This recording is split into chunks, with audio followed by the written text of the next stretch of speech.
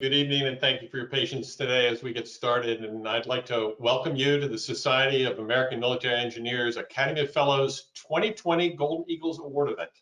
My name is Mark Hanley. I'm the chair of the Academy of Fellows, and I want to thank you for attending this premier event, and again, a virtual event for us this evening.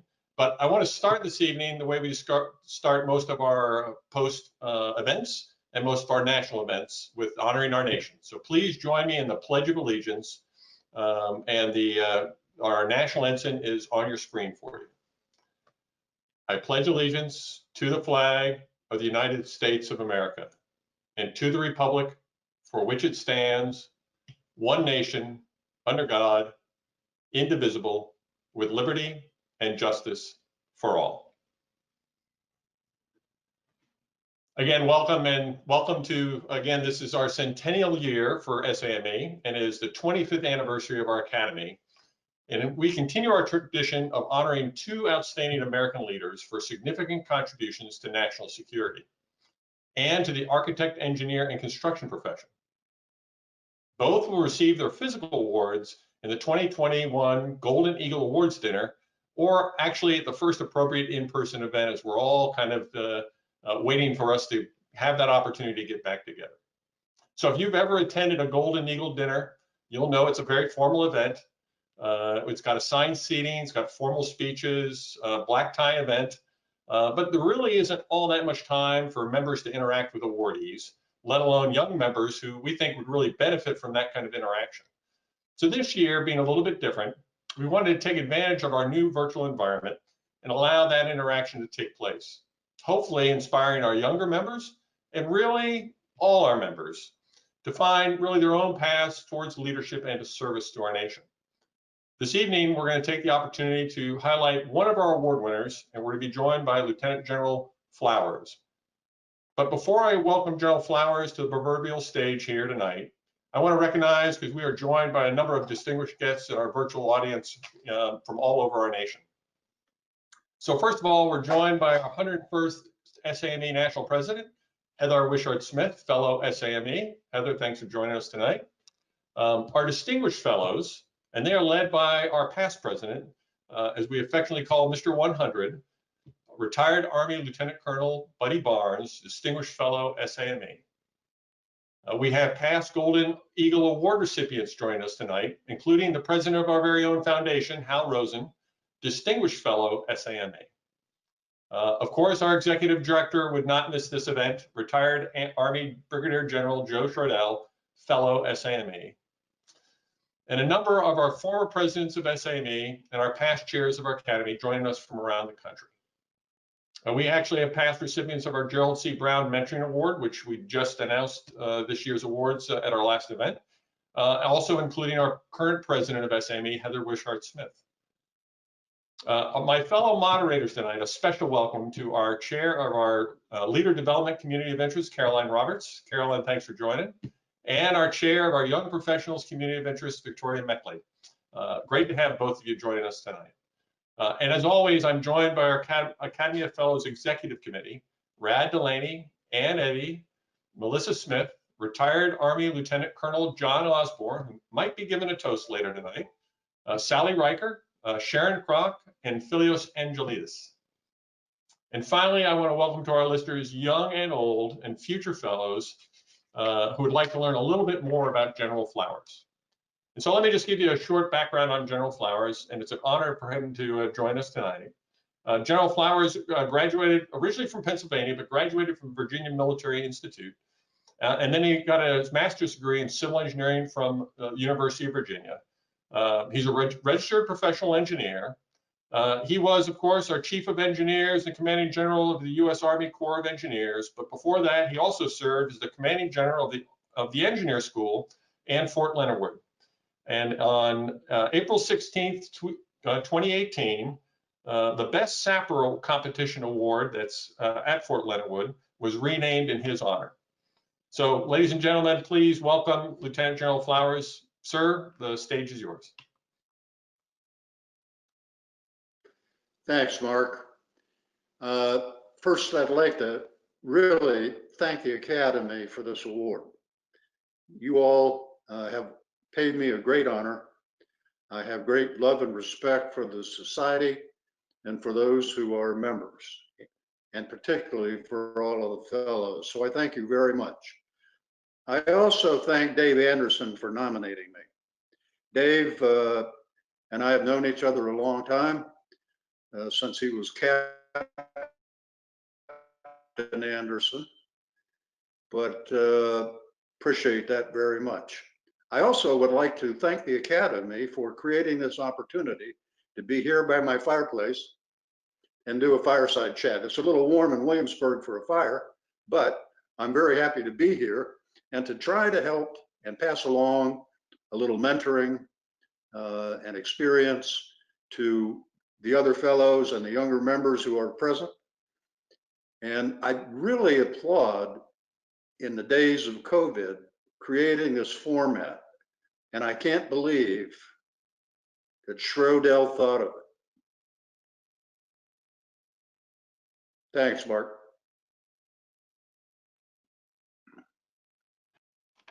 Gerald, thanks very much. I was wondering how long it would take before you got something about Joe Schrodel moved in there, and we all look for a little bit of dirt on him later from you, maybe perhaps when we get to the toast areas. But again, thanks very much for joining us tonight.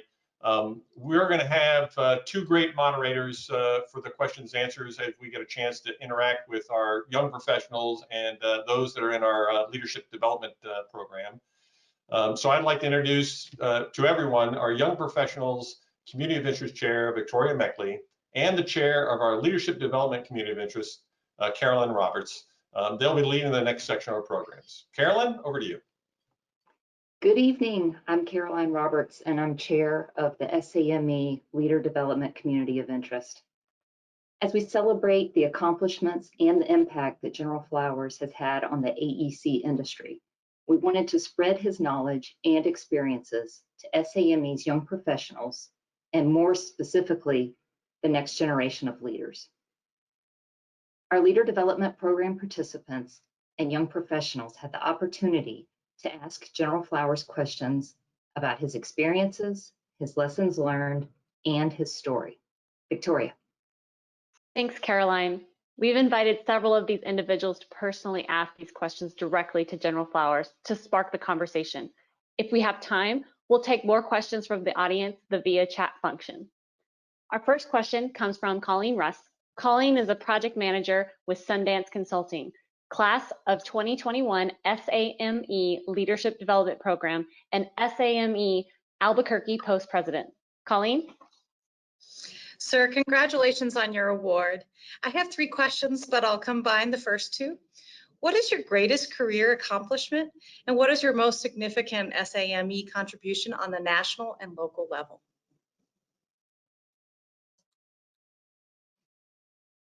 Thanks, colleague. The greatest career accomplishment is staying married to the same wonderful woman for 51 years. Professionally, of course, it was becoming the chief of engineers and having the ability to work with just a wonderful team of people that make a difference around the world, and seeing them at work in good times and tough times. And that was probably the highlight. As far as SAME goes, I would say 2 things. At the local level, I was called upon. I didn't run for the office, but I was elected to be the president of the Fort Bragg Pope Air Force Base chapter of SAME while I was stationed there. And I didn't know anything about the job, but I had to learn about post operations and what the post could mean to the local community, to the military engineers that were there, both military and civilian, to the contractors. And so it was a wonderful learning experience. And I like to think that resurrecting the Bragg Pope Air Force Base chapter was a highlight at the local level. Nationally, as president, while I was still chief, I had the opportunity to work with Bob Wolf and set conditions to bring the small business conference into SAME. Prior to that, the Small Business Conference was solely sponsored by the Corps of Engineers. It was a product of a wonderful mentor of mine, General Joe Ballard, my predecessor, and I wanted to see it grow, and it has, under the guidance of the SAME, its executive directors, and the hard work of the members and the fellows of the society. One of the honors that I received after I retired was the society honored me with naming the Small Business of the Year Award after me. And so I had the opportunity, the first year that they were presenting it, to attend the SAME event in Philadelphia where they were presenting it, and they asked me to come to the luncheon and present it. The winner was a young entrepreneur named Mercedes, and her company had won the first Robert B. Flowers Small Business Award. So I went to the luncheon, got in there early to congratulate her, walked up, shook her hand, said, congratulations on winning the award. She goes, well, thank you very much. She says, and did you know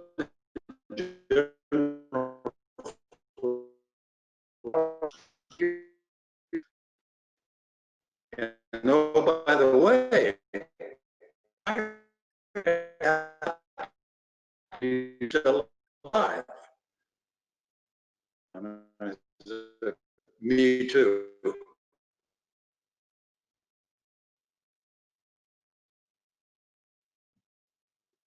Thanks for the question. Thank you, sir. I have just one more question. What difference has SAME made in your career? Colleen, you said no? Yes, sir. What difference has SAME made in your career? It's made a tremendous difference. Thank you. It has given me the opportunity to make a very diverse group of friends from both the military communities, the contracting communities, and others that work with SAME. I have always enjoyed the interface with the other services, the interface with the AEC community, and the networking that goes on. It's helped me be successful at all the jobs that I've had, and I consider it a major contributor to whatever success I have. So thanks.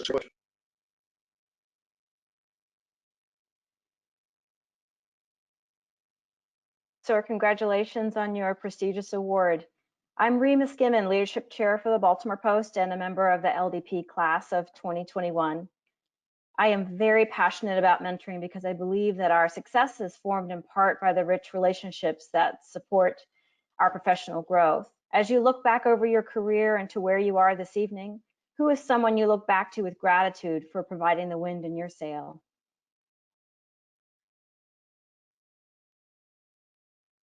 Well, thanks. I would be very remiss if I didn't recognize my wife and my family for always being the wind beneath my wings. Wind in my sails was provided by a lot of people. A very good friend of mine, Major General Robert Griffin, retired, once opined that if you see a turtle sitting on top of a fence post, he didn't get there by himself. And I needed a lot of help as I made my way through the career. Most of that help was received by my wife and my family. But I also had the opportunity to interface with some tremendous people. My very first platoon sergeant was a Staff Sergeant Jose Camacho, spoke with a very heavy accent. And after working with him for about 3 months or so, he came to me and he said, Lieutenant, we need to talk.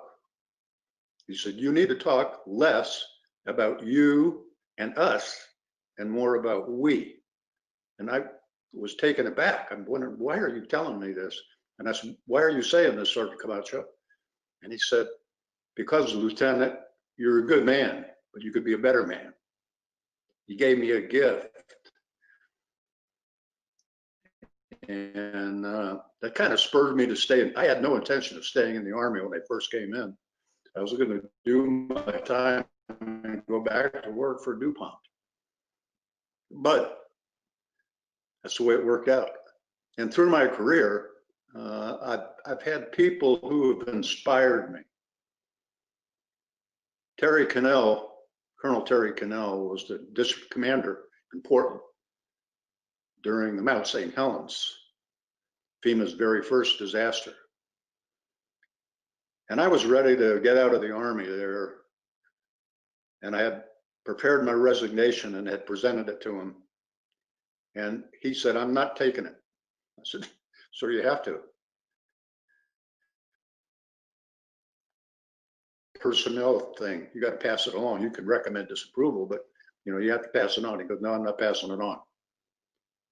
You're staying." And, you know, he basically fought for me to get to an assignment where I could get back to soldiers. And I went to Fort Bragg. And the rest is history. I was told I was iffy to major, and guess what? I was a late bloomer. And I already mentioned Joe Ballard. He taught me that you can mentor somebody who doesn't look like you. And that's a real key, because he took me under his wing and taught me through his example and you can't imitate Joe Ballard. When he thumps you in the chest and is talking to you, you listen. And you're better for it. He doesn't suffer fools. But he taught me, and I've always appreciated that. And so it's been a whole host of mentors through the years who have helped me along in my career. And I would be very remiss if I didn't mention Roger, last name escapes me now, I'm having a senior moment, Wozniak, who took over as the president of SAME right before me to spare me having to transition into the presidency of the society while trying to deal with issues that were extant at the time in the Corps of Engineers. And he mentored me into that position for the society. And I've never forgot that. Been a lifelong friend. So, great question. Sir, congratulations on your award. I'm Thomas Faulkner. I'm Engineering Operations Officer with the North Dakota National Guard and a Civil Engineer with ALTEG. Also part of the class, LDP class of 2021, and just wanted a question of what was your favorite part of commanding the engineer school? Well, thanks. That's an interesting question. The thing I enjoyed the most about commanding Fort Leonard Wood, and all the 2 tours that I had there, was the ability to get my battery recharged every day. I could get up for PT in the morning and run with the initial entry soldiers at 4 o'clock. Then I could go and talk to and mentor young officers, NCOs, warrant officers at Fort Leonard Wood. It was also a very unique post because it has inter-service training. And so you have soldiers, sailors, airmen, Marines, Coast Guardsmen, and other agencies who train there at Fort Leonard Wood every day. And so it's kind of a mini SAME on the engineer side. But you could go and you could hang out with young Marines and young sailors, young airmen, young Coast Guardsmen. And when you did that, it recharged your batteries. And so it was just a very unique position. If you want to see what makes the country great, you know, the president wanted to have a big parade. Now we can do that, and we can parade and look really good. All the surfaces can. But that's not what makes us good. We're not North Korea. We're not some European power. See those young people giving up Saturday night to do what they do. Sorry, get carried away. But great question. Thank you, sir. Good evening, sir. My name is Lieutenant Kevin Remley. I am an environmental engineer with the United States Public Health Service and also a member of the leader development class of 2021. My question is, what did you find was the most effective way to resolve poor performance and/or lack of accountability with people under your command? Let me kind of highlight a couple of things for you. I think that's a wonderful question, because that's a kind of a mark of a leader, is how you deal with those sorts of things. When I came into the job as chief of engineers, I did a stakeholders, customer relations work, and I did an internal survey. And so there were several things that came out of that. The number one complaint among core employees was the toleration of employees who didn't pull their weight. And on the customer side, it was, you guys aren't the same. You're different. It's take too long, cost too much, And so what I did was I said, I've got to find a way to get to all of the people of the organization. So I created what came to be known as the Do It card. I had a card issued to every core employee that said, ask yourself 3 questions when you're dealing with something. Is it good for my customer? Is it legal and ethical? And am I willing to be held accountable? If the answer to those 3 questions is yes, then you have the permission from the commander and chief of engineers to just do it. And that was to spur some initiative and create that. The hardest problem for a leader to deal with is when you have a non-performing employee, or a leader to deal with is when you have a non-performing employee, is how to deal with that. Because the essence of any organization and getting things done is working in teams. And so people have to trust one another. And I always thought that a team functioned best when you're leveraging people's strengths and not their weaknesses, trying to correct weaknesses. That's hard. And so, but if you get somebody who is working counter to you've got to deal with it. It's like a cancer. You got to take them, you've got to put them out of the organization or find another place where they might have a strength that can be utilized somewhere. And that's very difficult. Mentoring and coming to terms with that is a very big deal. And you do that through example.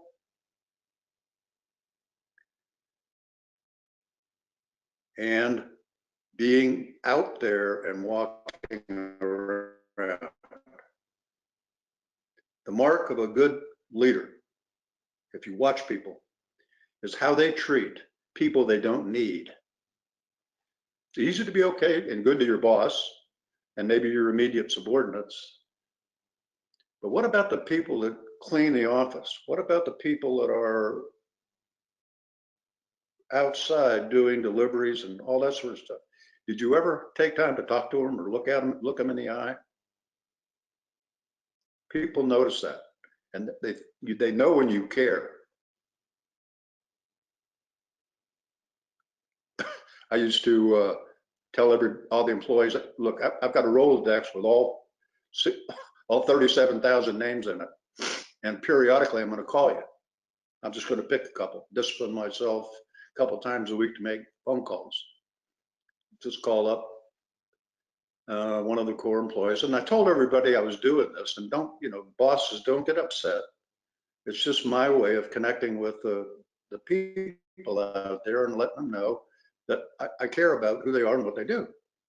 So one day I call and I spoke to a young new employee at one of our core lakes, park ranger. And I got her on the phone and I said, "Hi, this is Bob Flowers from Washington, D.C.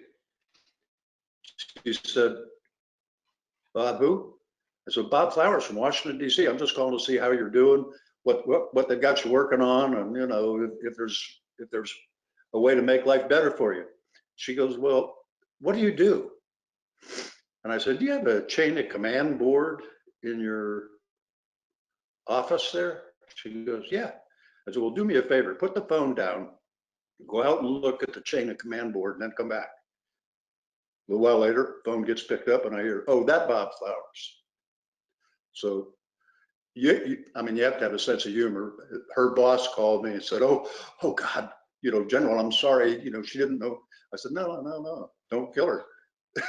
That's great. It gave me a good story to tell.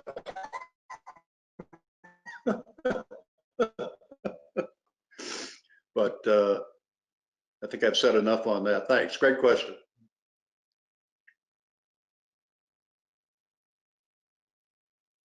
General Flowers, thank you again for the time. This is amazing insight onto your experience and beneficial to all young professionals. So I personally want to thank you. We can really feel your energy and enthusiasm. Our next question comes from Summer Gladden, a proposal marketing manager with the Leap Court Services. She is class of 2021 SAME Leader Development Program participant. She's also the Vice Chair of Communications for My Young Professionals COI and the Director of Publicity and immediate past president of the SAME Central Virginia Post. That's a lot. She asks, can you tell us about a time where you experienced an unexpected setback or challenge and the leadership skills you used to develop used or developed to overcome them?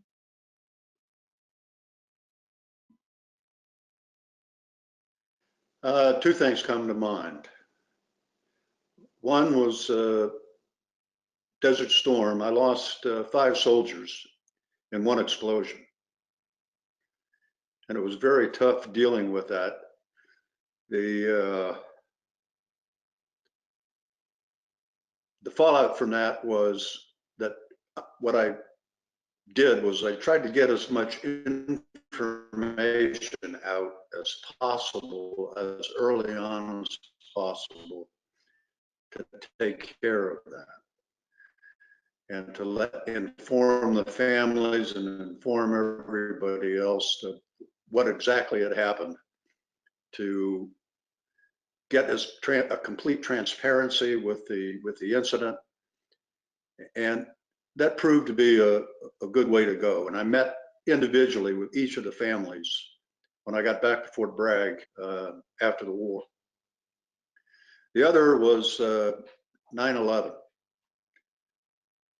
And having to, we were all very shaken.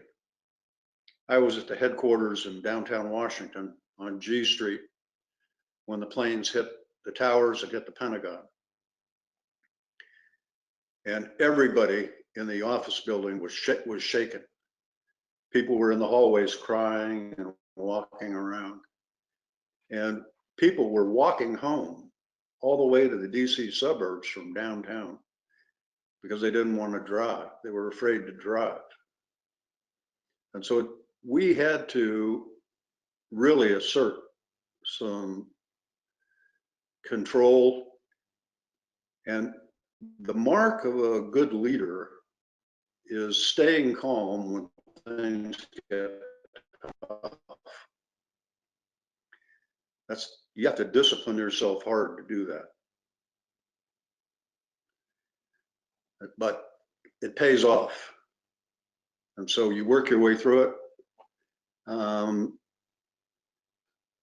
But those are tough times. The other ones are when you have to discipline or get rid of somebody who you've known for a long time and really care about.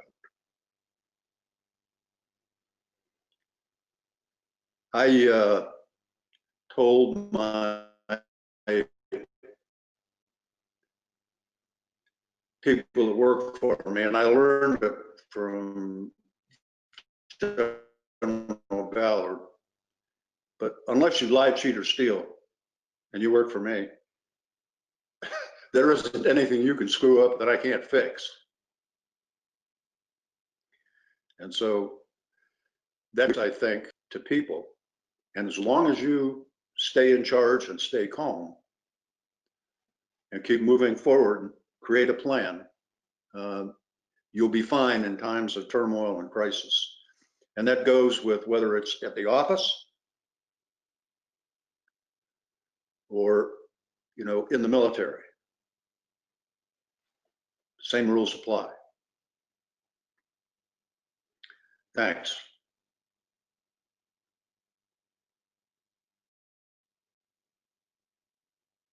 Hello, sir. My name is Claudia Penny. I'm a construction manager with HCR Construction and a recent graduate from the Leader Development Class of 2020. My question is this: how did your leadership skills from a very successful military career differ from your leadership skills needed in the AEC industry?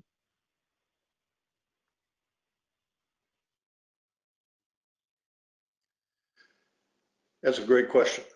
The skills are the same, but how you apply them needs to be different. In the military, everybody wears their rank, has their, and knows their positions.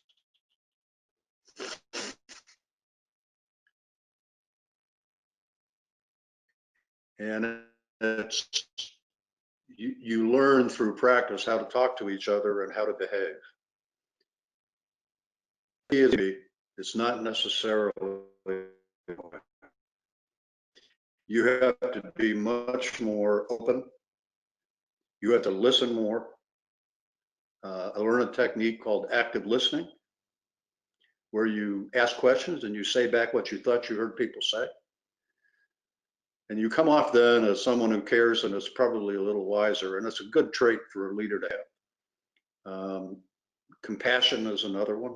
Caring about people. I mentioned earlier how you treat people you don't need. That's an important thing. And the other is, you know, taking the opportunity to mentor. That's a big deal. When you get an opportunity, and mentoring occurs all the time. People are watching your example. And they'll pick up things that they like and want to emulate, and they'll pick up things that they don't like and don't want to emulate. But it happens all the time. Doesn't have to be formal. Just talking to people sometimes helps, and asking a lot of questions. Thanks.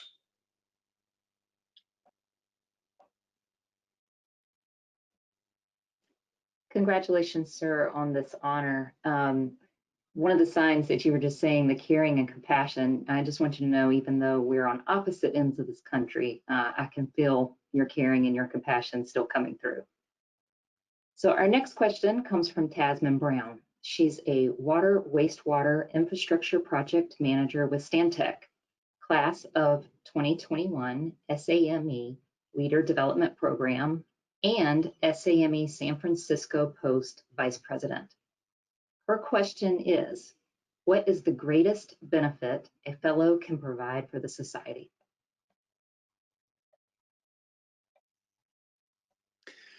I think there's two things. One is example. When you become a fellow in the society, you have to always conduct yourself as a fellow, a respected, recognized member of now a 100-year-old, very proud society. And so the example you set and the way you conduct yourself is very important. The other is reaching back and mentoring. Getting comfortable with mentoring people who don't look like you. I had a very tough time when it became my job to mentor younger female officers. Now, I was raised with 3 sisters, and my sister, whom I'm very proud of, is a federal judge. proud of all my sisters, but I've got one that's a federal judge, and she always told me stories about all the glass ceilings she had to break to get to where she was at. And when I would look at those female officers, I would think about my sister. And I was able to somehow relate.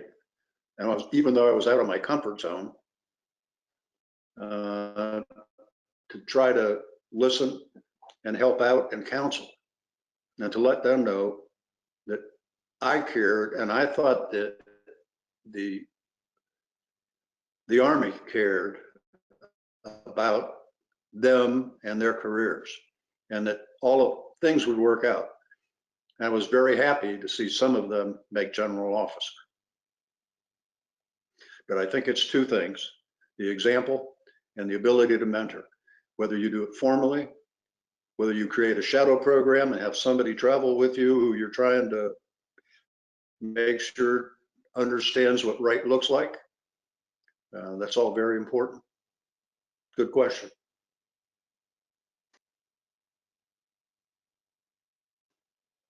Hello, Rob Flowers, Cabrera Services. Proud of you, sir. Happy to hear you acknowledge how awesome your family did in supporting you, but and proud of you and love you. But I know you did a good job of it as we were growing up, and you've mentored me well in it. But I'd like you to say a few words to everybody about how important the work-life balance is. Now, we know that it was driven at home by Mom, who you may have retired as a 3-star, but she retired as a 4-star as the home commander, as you know. But I think everybody could benefit from hearing how important the work-life balance is and having your family behind you. Yeah, no, Rob, that's a great question. Just for everybody on the program here, I taught Rob everything he knows about yard maintenance and automotive hygiene. But yes, you have to have balance in your life. And there were times when the person who taught me the most about that was Joe Ballard. He grabbed one day and he says, you're spending too much time away and not enough time around your family. And yet you have to have a better balance in your life. And so I regret the times that I wasn't there, but I don't regret is how well everybody has done. And the time that I spent and spend with my family is still the most precious time in my life. I've always felt that way. And when I was not there and couldn't be there, it hurt. But seeking balance in your life and taking the time to spend with your family and with your friends is extremely important. So that's a great question, and I'm glad you asked it, and it's good to see you. You too, Dad. Congrats. General Flowers, obviously we held that one in reserve just to make sure you knew how much we appreciate you coming today. And obviously it's a package deal. It's about your family, it's about your career, it's about service to our nation, service to our society. We did have a few comments and a few questions from our audience, and some of them I'll just kind of relay to you and then pose some questions to you. But the first one comes from Heather Polinsky, who was I think worked with you at headquarters there. Just a thank you to Lieutenant General Flowers for his personal mentorship of me. A few things I will not forget, but specifically develop 3 key messages, establish a cadence for your message, and keep it consistent. So obviously great advice that you had for Heather there as you went through there. So the next one is from Brent Adams. Good afternoon, Lieutenant General Flowers. My name is Brent Adams, engineer, major, retired. First of all, congratulations on your Golden Eagle Award. You visited BIAP in 2003 when our engineer battalion was deployed there. You are a soldier. I had the honor to serve in all 3 Army components over my enlisted and commissioned career. My question is, what are your greatest experiences working with both our reserve components and any corresponding challenges, sir?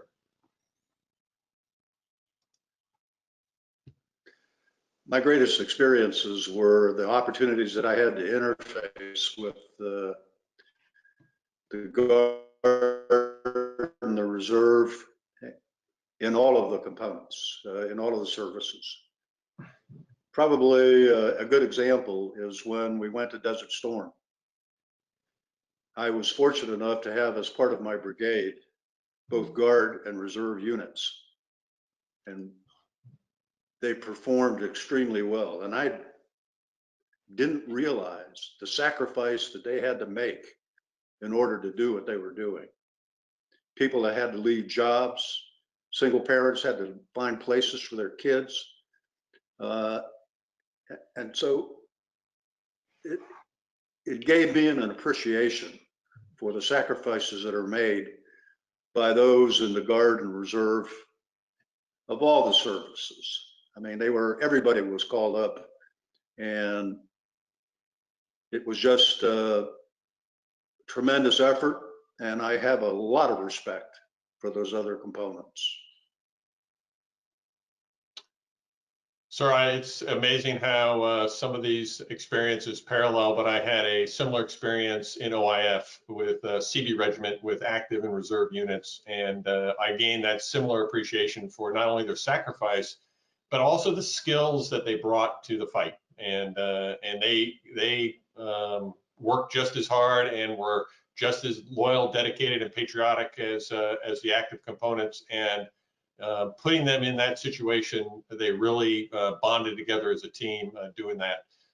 And they shared and sacrificed together. So I share that with you as well, because I think it's something that keeps our services connected over, obviously over generations as we do that. So, sir, going a little bit more current now. No, absolutely. We've got a question from Matthew Schreiber, and he asks, what do you think the greatest challenge right now is for our engineering community in the United States of America? I think the greatest challenge for the engineering community in this country is the state of our infrastructure, our environment, and climate change. I'll go into just a little bit of detail on a couple of them. One, our infrastructure is in tough shape. ASCE rates the U.S. infrastructure every year. Well, some places struggle to get up above D.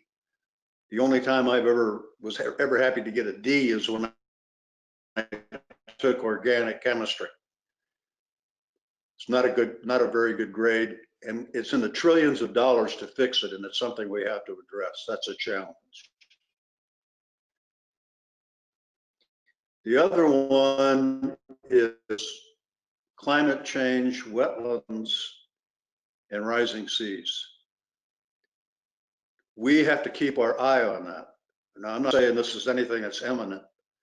I'm just saying it's something it's a phenomenon that's occurring, and we have to be cognizant of it and what it means to our professions.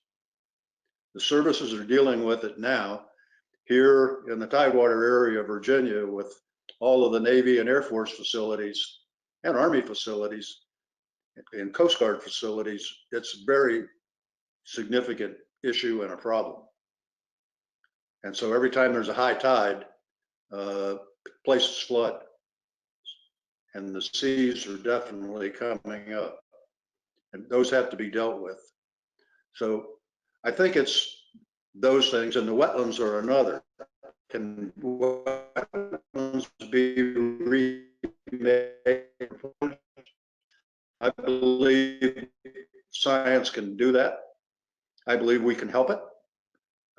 Nothing is ever inexpensive or cheap, but there are some innovations that have been applying and testing, and something that needs to be done. Plus, just the overall environmental cleanup. It's something that's significant and needs to be done.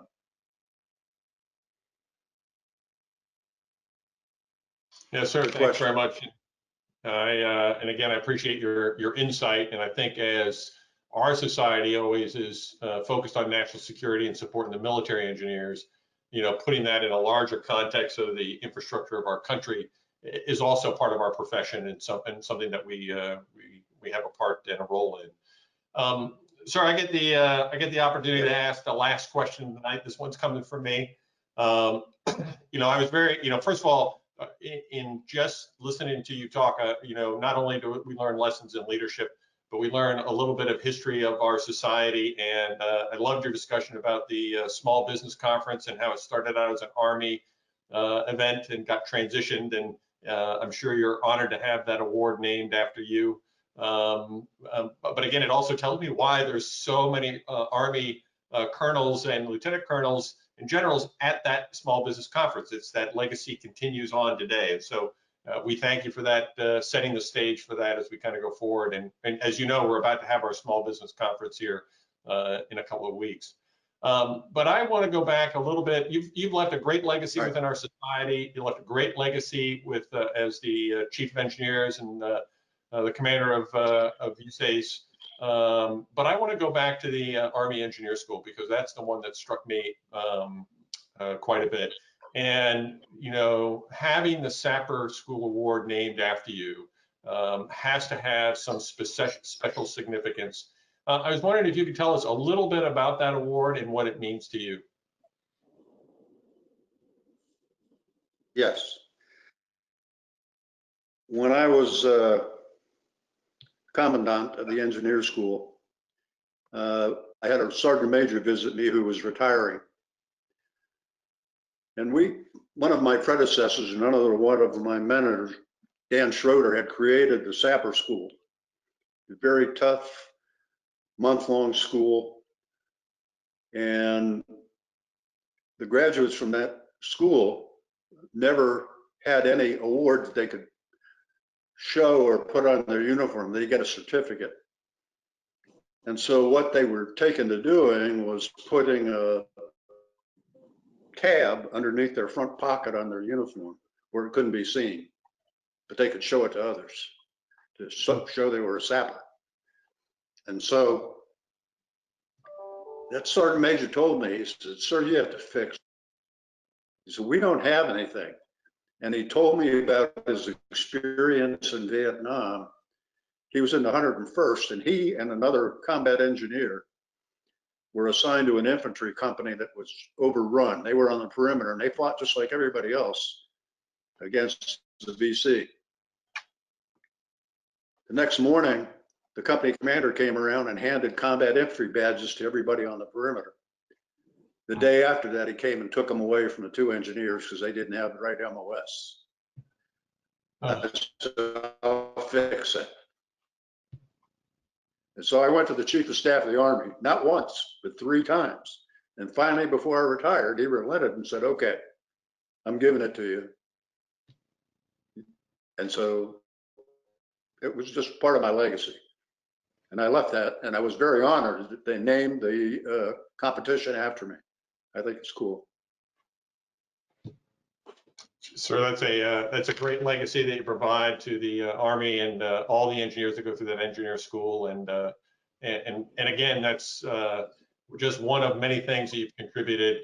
General Flowers, I want to personally thank you for joining us tonight. Obviously, congratulations, your award. As we mentioned earlier, we do plan on our first time we can get everyone together, present your award physically to you and get an opportunity to hear from you and talk again to an in-person audience. So thank you very much. And I want to thank everybody who's joined us tonight as well. As SAME is celebrating its centennial year, and we're really starting our 2nd century of service to our nation, the Academy of Fellows will play an instrumental role in our strategic directions and really giving back to our local communities and supporting veterans, leading mentoring efforts for our society, and really for our professions, for our next generation of leaders. And that's what it's really all about. And most of all, I want to thank everybody for being actively engaged and supporting our posts. The foundation of our society are those vibrant posts, and our fellows play an active role in doing that. I'm very excited about what holds for the future of SAME and our Academy. But tonight, we honor Lieutenant General Flowers, and nothing would be complete if we didn't at least offer you as we would in person, sir, offer you a few toasts. So let me turn it over to one of our great ones, our Executive Director, Joe Shordell. Joe? Great, thanks, Mark. Yeah, Chief, first, for me personally, congratulations and thanks for everything you taught me. Congratulations too from my entire family. They also thank you for everything you taught me. It affects the entire team and the family team. But if I were to summarize in a toast, what I think you mean, not meant, but mean to all of us, I think I'd put it this way. You know, you challenged us, you genuinely served us, and because of that, we never want to let you down.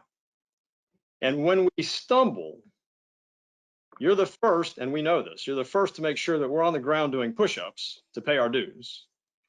But you're also the first to pick us up, throw us back in the fight, and then lead us to the objective and be there with us on the objective. Always there for us. So, sir, it's been an honor always to be in your presence, to learn from you. And we as a society are extremely honored to have you as our Golden Eagle winner this year. So to General Flowers, for all you mean to us. Chief. Hear, hear.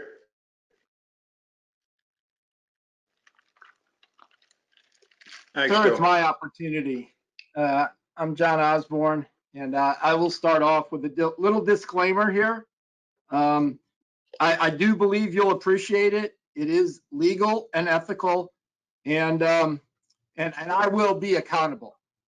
Absolutely. I have a couple props. A little Virginia gentleman in the appropriate glass. I hate to see it, but it looked like a Steelers glass that you were drinking out of. We can fix that. And then also, sir, you did teach me, and I don't know if you can see the picture here, but you taught me several years ago back in the stand to always come prepared. So, sir, if you have them, smoke them. But rather than proposing a toast, sir, I'd like to propose an old gel to not only the team, but the whole damn team. Brother Rad, are you ready? Let's go. Let's Rah, go. Virginia Bill. Rah, rah, rah. Rah, rah. Via my whole damn team. Right. Whole damn team. Thank you. And there's two in every group, right? There's two in every group. Hey, my name's Dave Anderson and CEO of Bay West, but I got to have a front row seat watching General Flowers lead many different teams throughout my career. And for that, I'll forever be grateful and just feel incredibly blessed. So many stories come from our years together, Chief. Most of them will remain between us. I will not talk about the dining in the night before your change of command at Fort Bragg. That'll be left between us. Won't talk about the karaoke parlor in Japan. That will stay between us as well. PT trail for company commander PT on the engineer trail. But as you answered the questions, I was struck by how many of the answers I guessed you were going to give.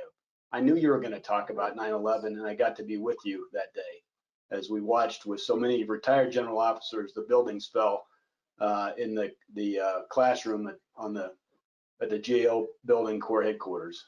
Unforgettable watching you step in to lead not just the Corps of Engineers, but really the nation's engineering response to that, which then later included, by the way, standing up what the chief used to refer to as taking a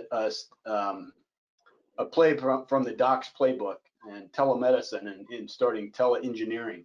And we literally would, through his leadership, we had structural engineers in Vicksburg, Mississippi, virtually on patrol with engineers that were doing bridge assessments in Baghdad. It was incredible watching that go down. I knew you were going to talk about Captain Mario Fajardo and those folks that were lost in Desert Storm. I knew that you were going to talk about accountability and showing people out of organizations that failed to meet the standards.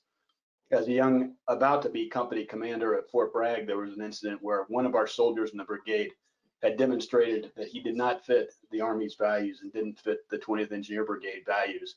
One night, through some comments he made to fellow soldiers, and by sunset the next day, that soldier was out of the Army.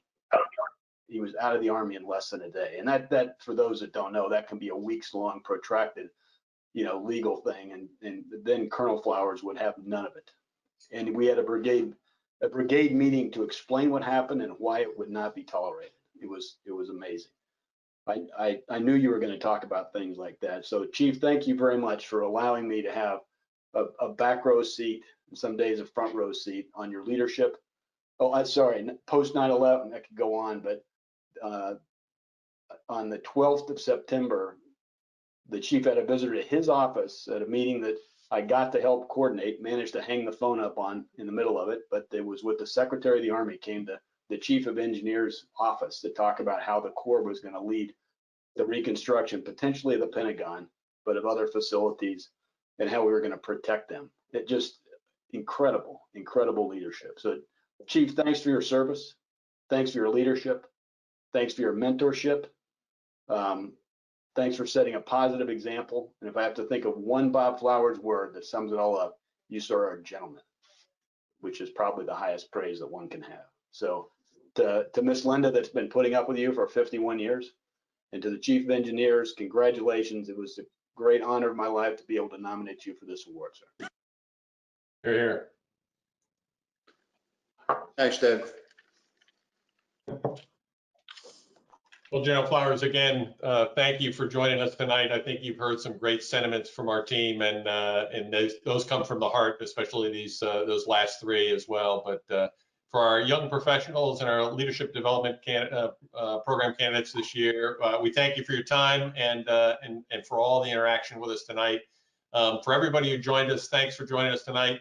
This concludes the event for tonight, but we will conclude, as we have for the last couple of events, we'll conclude with our SAME song. So thank you very much for joining, and have a great evening. So we're going to give this a try. Thanks, everyone. Appreciate it. If there's no sound, Joe Shordell's going to sing it for us. There we go. We're all going to sing it.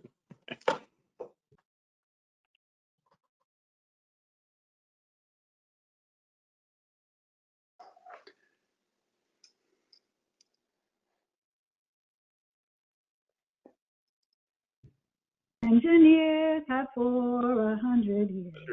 And a group that's tried and true. To build The leaders of our field. Blaze the trail and never yield. Security at the heart of all we do.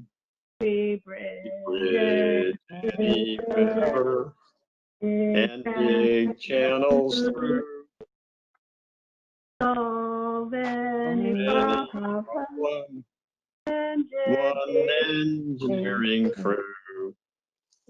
Proudly serving all of America, beloved of the free.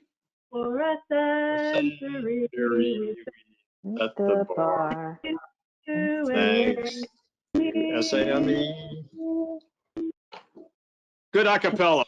Good All job. right. Kathy. Well done. Joe. Lead from the front. Congratulations. God bless you, sir. Congratulations. Thanks, sir. Well done. Thank you all very Congratulations. much.